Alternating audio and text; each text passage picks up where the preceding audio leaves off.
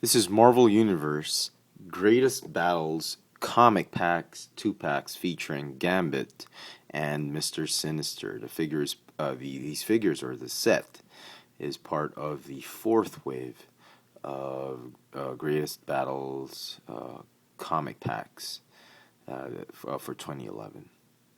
All right, uh, it's a good set. I want to start off with that. It's a good set. I wish it could have been done better. Lots of recycled bits and pieces here and there. Hasbro had an opportunity to make a really, really wonderful comic pack here, but they chose to do a good enough, very good 2 pack. It's not super great. It's good, but not super great. I was really looking forward to this set, but a little bit disappointed in some aspects of it, which we'll get to in a little while. All right, before we begin, let's move the figures to the side and yeah, move them out of the way. Talk about the packaging. Again, it uses the Marvel Universe 2-pack packaging. You have the new one for 2011. You have part of the Shield logo at the back. Some great artwork by Deodato. I'm not sure. And it still has they have the promo for those of you in North America. Marvel's X-Force Archangel if you subscribe to the Marvel Digital Comics Unlimited subscription. They've extended it up to, the date says up to January 31, 2012. So I guess there's still a lot of stock for the Marvel X-Force Archangel. And, excuse me, here is the back of the packaging. A little bit of a story there. And it shows you the other assortments in the wave. Ironically, if you purchase a case of 8 packs, the fourth wave does not include the Daredevil nor the Quicksilver packs. It will have 2 of the Gambit Sinister packs, 2 of the Daredevil Bullseye, 2 of the horrible Spider-Man and Captain Britain packs, 1 of the Wolverine versus Captain America, and 1 of the Iron Man and Thor, which kind of is weird. I mean, this was the sets, the Quicksilver and the Bullseye Daredevil were the sets that were featured in Wave 3. They should have packed these as well, but they didn't. Very, very strange decision on the part of Hasbro. All right. The comic that came with this is supposedly X-Men #1. This was in the early 90s. Jim Lee really rocked this one. This is the comic book that really got me into die-hard comic book collecting back in the 90s. Then just before the 90s ended, I stopped. I just got tired of the X-Men. But it says it's X-Men #1. But when you flip the pages, first page, it's not X-Men 1. Everybody who's a big fan of the X-Men knows that this is not the X-Men 1 comic book that the cover promises, and it's really very disappointing that Hasbro had to do that. They didn't have to do that. The comic book is actually the X-Men Origins Gambit issue #1, and obviously it'll feature Mr. Sinister and Gambit, plus a bunch of other mutants, which we're all very familiar with. And they could have actually used the Gambit Origins cover, issue #1, which was released April 2011, a fairly recent comic book. And they're trying to keep the 2 packs very retro for those more older collectors who really grew up with the old villains and heroes and sorts. And I really do not appreciate this. I don't appreciate Hasbro trying to trick us into thinking you got an X-Men #1 when in fact you just got, which is not to take anything away from this comic book, but you actually just got the X-Men Origins Gambit #1. I wish they would have been truthful in this and not try to fool the collectors. So, shame on you, Hasbro. All right. On to the figures themselves. So, Gambit. Let's begin with the X-Man, known as Gambit. Very, very cool. He comes with his trademark staff. It's not made of rubbery plastic, which is very cool. It's made of that sturdy, less bendy type of material, plastic. He can barely hold it. You can make him try hold it this way, but it looks funny. This hand is supposed to be throwing the cards, and this hand is supposed to be holding the staff, but he can barely hold the staff. You can try and hold it in the thick part. You can let him hold the thick part of his staff, but he still can't manage to hold his staff because the staff keeps sliding down off his hand. And I am desperately trying to make this a PG-13, a GP PG-7, PG-13 video, but I am obviously failing. So, Gambit failing to hold on to his staff. Okay, so let's just put Gambit's staff away. His firm and long staff. Anyway, stop it. If the figure looks insanely familiar to you, Hasbro had this opportunity to make a good Gambit figure, to do a new one. They had an opportunity, but they were lazy. Those cheap-ass Hasbro designers decided to just repaint and re-release. They gave it a new head. Fine. They gave Gambit head. They gave Gambit a new head sculpt, whatever. But it's exactly the same body as this one. His staff is a lot harder now. Instead of the softer staff, the old Gambit you had a softer staff. The new Gambit has a harder staff. Okay, I am just digging a bigger hole for myself. So no cards this time. It's exactly the same mold. Even the cloak is the same. They've added a sort of a scarf and the more modern head sculpt for Gambit. If you're big on Marvel Select figures, you'll know what I mean. Marvel Select released a 7-inch Gambit for their Marvel Select line. By Diamond Toys, and they both had two versions of Gambit. They had the classic version and the modern version, and modern version has the longer hair, the classic version has the shorter hair. So pretty cool. But again, this was a very deficient mold. I don't understand why Hasbro had to stick with it. Detail-wise, it's great, but articulation-wise, it absolutely sucks. If you have this figure, it is exactly the same mold, and the deficiencies lie in articulation, which I will get to now. Ball-jointed neck. It's got a ball-jointed upper torso, ball-hinge shoulders, ball-hinge elbows, and yes, you heard it right, no frickin' wrist swivel. You can customize it if you want, try to cut it up and add a hinge, but it will not budge.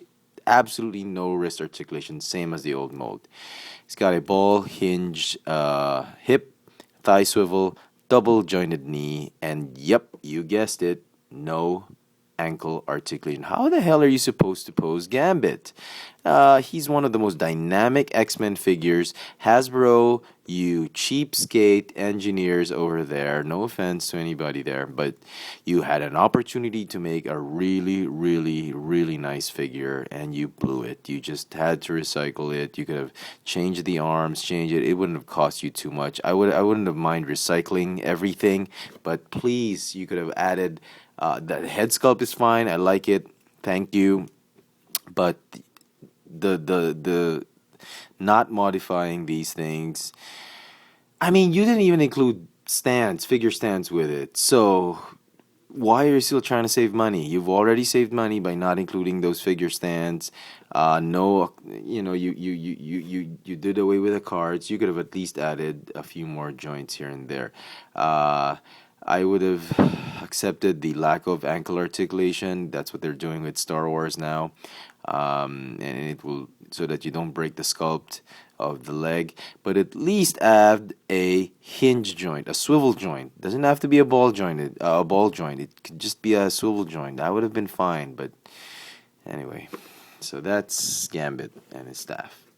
On to Mr. Sinister, the Victorian immortal, I suppose. Future technology scientist, bent on conquering the world by. If you're up to date on the rebooted Uncanny X-Men, he's created a world where everything is sinister. I'm not gonna spoil anything, but that's what it looks like. So this is the classic look to him, and if you think he looks very familiar, if you think the mold is vaguely familiar or extremely familiar, then you're right. The lazy engineers at Hasbro yet again have recycled the Colossus body mold. Yes, they've added some different moldings on the thigh. They've added a new mold for the chest, maybe even the head.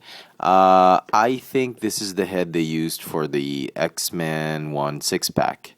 I think they've repainted it. This is from the Hammer files. I could be wrong.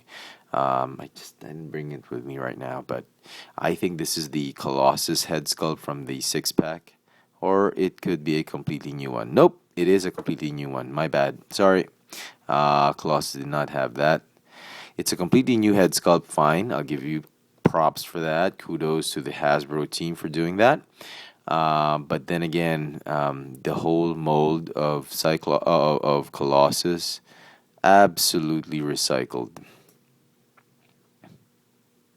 But they've actually changed the date. It says here 2010, trademark copyright 2010 on the leg, and the molding here is 2011. So, okay, fine, whatever. Is there mold degradation? Absolutely. Here's proof. Easily comes off. Every time you try and pose it, it will come off. This, at least on my figure, very loose joints. I'm sure some of you might have gotten very tight joints, but very loose. A lot of the joints are loose, and this one was packaged with the fist or the hand, like with a gap like that. So kind of sucks. Head sculpt is okay. Even the upper torso is a little bit loose. Everything is a little bit loose on almost everything, not all, on Mr. Sinister. So there, they recycled yet again another Marvel Universe figure. And, I don't mind. This was a good mold. It's okay. This type of recycling on a really, really awesome mold is forgivable, but this one is not. The cape is removable, as I've accidentally shown you guys. And it's a new one, obviously. Very nice, very cool. So Hasbro did a wonderful recycling job on Mr. Sinister. I have to give them props on that. Very, very nice, but a bad, poor job on I'm being too hard on them. Just an okay job on Gambit. Alright, so that's that. Articulation on this guy is exactly the same as Colossus. I'm not going to go through it, and as you can see, it's the new Hammer files articulation, which is pretty cool. No other articulation, not like Deadpool files or the Steve Rogers files on the lower leg, but everything else is the same. Got the same articulation as Hammer files, Colossus. So paint apps. Very, very good paint apps, amazingly. If you're searching through the shelf, you see several of these guys. First thing you will have to check out is Mr. Sinister. He has most of the quality issues, but not a lot. There's not a lot. I've seen some with a little bit of smudge on the red. It's really the red paint that's causing trouble. There will be some smudges or some splashes here and there. Just make sure you pick one with the least amount. Make sure you get one that has the dot painted squarely, no overlapping. Make sure his lipstick is on properly and his eyes are painted very well, and that's about it. There's hardly any other paint issues because he's just one color basically. Even the belt is new. Yes, it's a new sculpted belt, which actually it's not, as you can see right there. It's just a rectangular piece of plastic that they've slapped onto Colossus's buckle, X buckle. So more recycling from Hasbro, but that's fine. I love the Mr. Sinister figure. Was really looking forward to it. Not too disappointed with the Mr. Sinister figure, but again with this guy, a little bit disappointed. So paint apps for him. Check out the eyes. Make sure that they're not too beady, just enough. As you can see on my figure, the black on the side of his face is not squarely painted. There's some jagged lines right there. Make sure you get one that has evenly painted black. That's part of his costume. Make sure that again the red paint or the fuchsia, metallic fuchsia paint has some splotches here and there on the thighs. Just I've seen figures with that. Just make sure they're okay. And the silver painted buttons on his coat, make sure they're okay. So with that, I would like to give my recommendation for these figures. These are a must-have. If you're a big X-Men fan, definitely pick them up. The benefits, the positive attributes of this set far. He just can't hold on to his staff. Haha. The positive attributes that this set has really outweigh the negative or the deficiencies that the set has. Oh, come on. Okay. And still, it's excuse me. Focus. It's a pretty awesome set. I'm still very pleased with it. Despite my complaints, it's not super bad. It's not something that you should just go ahead and skip and just wait for it to go on clearance, because I'm sure a lot of people will be gunning for this set, so you better get yours. If you can get it on retail, definitely pick one. Do not pay an exorbitant price for it on eBay or on any online stores. Retail, oh come on, the hell's the matter with you? Retail price I think is okay for these guys. Over here in Manila, they cost about $900. 900 translates to about just under $20. So that's not so bad. I'm sure in the US it's a lot cheaper. If big X-Men fans, definitely pick it up. And I'm sure a lot of you will forgive Hasbro for the negative points of this set. So anyway, I've rambled on far too long. I do apologize for making my videos extra long these time. It's been a while. I've been out of this whole Christmas season. I haven't been on YouTube for a long time, so I hope you forgive me for extending the video a little bit more. So, great set. Not super great, but great enough to warrant a retail purchase. If you liked this video, I hope you did, please click the thumbs up icon at the bottom or add it to your favorites. If you want to know my latest toy purchases and upcoming reviews, please follow me on Twitter at www.twitter.com/fxfranz. Yeah. This has been the Marvel Universe, Marvel's Greatest Battles Comic Pack 2 Packs featuring Gambit and Mr. Sinister. Thanks for watching.